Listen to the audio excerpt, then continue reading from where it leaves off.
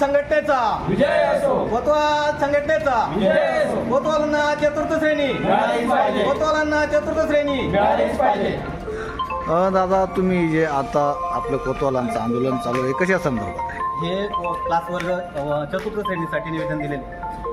आपण काय वास मान्य महसूल कोतवाल हे पद ब्रिटिश काळापासून आहे आणि ह्या पदाला हे पद आत्तापर्यंत मानधनावर होते आणि महसूल विभागाचा सर्वात शेवटचा घटक जो असेल तो आहे कोतवाल.